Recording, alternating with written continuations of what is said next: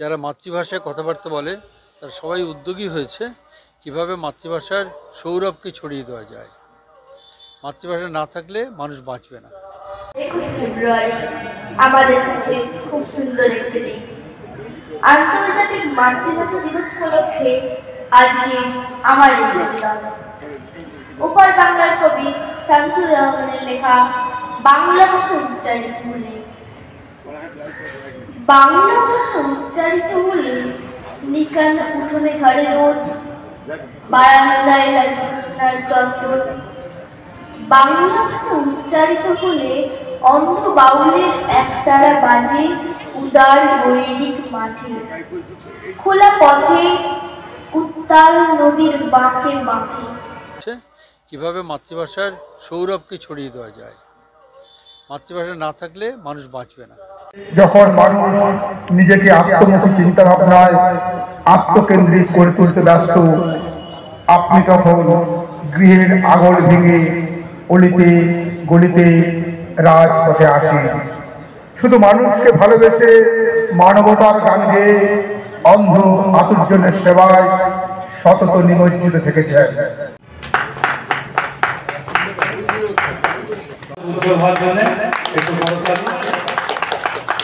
সাহিত্য একাডেমির সদস্য বৈদ্যনাথ ধারা। আমাদের এই আন্তর্জাতিক মাতৃভাষা দিবস উদযাপন করি আমরা মেছিদা সাহিত্য একাডেমি থেকে প্রতি বছর 2006 সাল থেকে।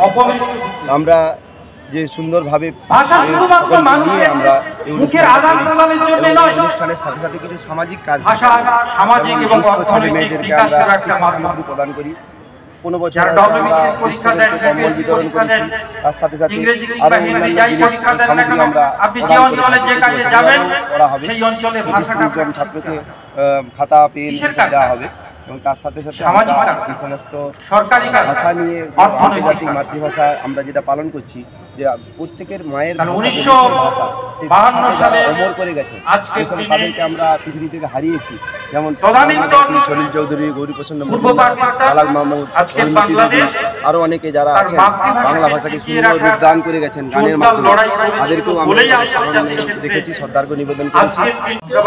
দীর্ঘদিন ধরেই আমাদের আন্তর্জাতিক মাতৃভাষা পালিত হয়ে আসছে, একজন তার ব্যতিক্রম নয়। এই আন্তর্জাতিক মাতৃভাষা দিবস পালনের উদ্দেশ্য এটাই, বাংলা ভাষার প্রচার এবং এই মেছিদা সাহিত্য একাডেমি জেলা দীর্ঘকাল থেকে প্রথম শুরু হয় পথসভাতে, কবিতা পাঠ অনুষ্ঠানের মধ্যে দিয়ে বাংলা ভাষা চর্চা এবং প্রসারের জন্য বাংলা ভাষা একাডেমি 1947 পরেই আন্দোলন করেছে। আন্তর্জাতিক মাতৃভাষা দিবস উদযাপন আমাদের দেশ ভারতবর্ষের রাজ্যগুলো ভাগ হয়েছে ভাষার কিছু গুণী মানুষকে, তাই আমরা যে অঞ্চলে বাস করি সে অঞ্চলের মাতৃভাষা বাংলা বলে এই বাংলা ভাষাভাষী মানুষের জন্য একটা রাজ্য এবং তাদেরকে সম্বর্ধিত করে অসমীয়া ভাষীদের জন্য একটা রাজ্য নিজেও গর্ববোধ করেন। যারা মারাঠি ভাষায় কথা বলে তাদের জন্য একটা রাজ্য পিছিয়ে আছেন, যারা প্রচারের আলোয় আসেন না, তারা সৃষ্টির মাধ্যমে তাদের সম্ভার রেখে যাচ্ছেন। আমরা তাদের অনুসন্ধান করে আন্দোলন জ্ঞাপন করি। এই আমরা চাই আমাদের এই ভাষা সারা পৃথিবীতে ছড়িয়ে পড়ুক। এটি অত্যন্ত মিষ্টি ভাষা। সারা পৃথিবীর জনসংখ্যার নিরিখে 5 নম্বর স্থানে রয়েছে বাংলা ভাষা।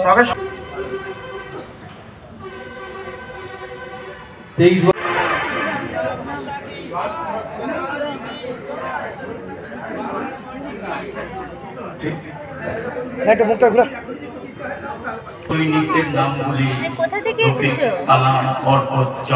থেকে কেন এসেছো? আবৃত্তি বলতে? আজকে কি? আজকে এখানে আবৃত্তি বলতেছো? আজকে দিনটা কি? উল্লসিত স্মরণ করি ফুলমালা। হ্যাঁ, আজকে 21শে ফেব্রুয়ারি আন্তর্জাতিক মাতৃভাষা দিবস। মাতৃভাষা কবি উৎপল নরেন্দ্র পাই। মাতৃভাষা সবার কাছে মাতৃদুগ্ধ সমান। কারো ভাষা ভিন্ন বলে পুরো না অপমান। হিন্দি, বাংলা, তেলুগু, খুব কারো উর্দু, তামিল, মারাঠি, গুজরাটি ও সম্মানে হাও শামিল। সম্মানহানি ভাষার মাকে আঘাত করা।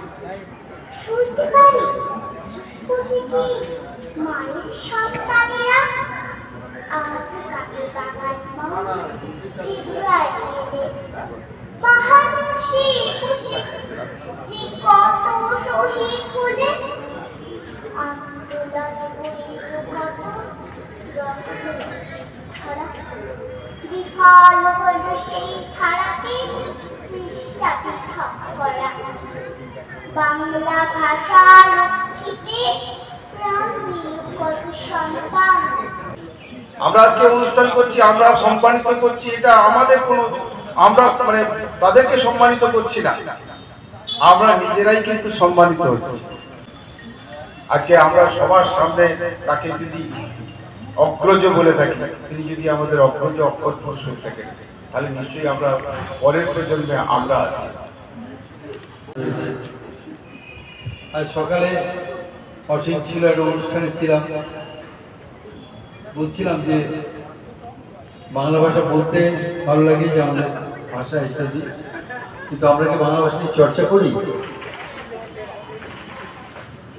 একটা অনুষ্ঠানে ছিলাম, সকালে বলছিলাম সে কথা, 3-4টে মেয়ে ভালো গান গাইছে, জাগরণে যায় বিবাহ বলি আঁকি হতে খুব দিল, গান গিয়ে চলে যাচ্ছে, ডাকলাম কাছে, বললাম খুব ভালো গান গেয়েছো, বিবাহ বলি মানে কি? যে মেয়েটাকে বললাম, সে পাশে মেয়েটাকে বললো এই বিবাহের মানে কি রে?